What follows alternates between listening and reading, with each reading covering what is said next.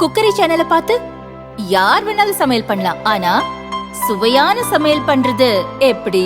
நான் இதயம் நல்லெண்ணெயில சமையல் பண்றேன். ஆஹா ஓஹோன்னு பாராட்டுறாங்க. நீங்களும் இதயம் நல்லெண்ணெயில சமையல் பண்ணுங்க, பாராட்ட வாங்குங்க.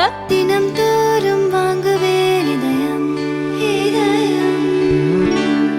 அதிமுக ஆட்சியில் ஜெயலலிதாவால் தமிழகம் முழுவதும் அம்மா உணவகங்கள் திறக்கப்பட்டன.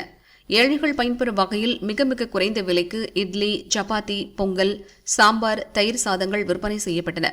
தமிழகத்தில் திமுக ஆட்சிக்கு வந்ததும் பெரும்பாலான அம்மா உணவகங்கள் பெயரளவுக்கு செயல்படுவதாகவும் பல இடங்களில் விற்பனையை காரணம் காட்டி உணவகங்கள் மூடப்பட்டதாகவும் புகார் எழுந்தது. பல இடங்களில் ஜெயலலிதா படம் அகற்றப்பட்டும் அம்மா என்ற பெயர் நீக்கப்பட்டும் உணவகங்கள் செயல்படுவதாக குற்றச்சாட்டு எழுந்தது. இதையடுத்து அம்மா உணவகங்களின் பெயர் மாற்றப்படாது என்று முதல்வர் ஸ்டாலின் அறிவித்தார். சமீபத்தில் சென்னையில் செயல்படும் அம்மா உணவகத்தை ஆய்வு செய்த ஸ்டாலின் தமிழகம் முழுவதும் அம்மா உணவகங்களின் மேம்பாட்டுக்காக 21 கோடி ரூபாய் நிதி ஒதுக்கினார்.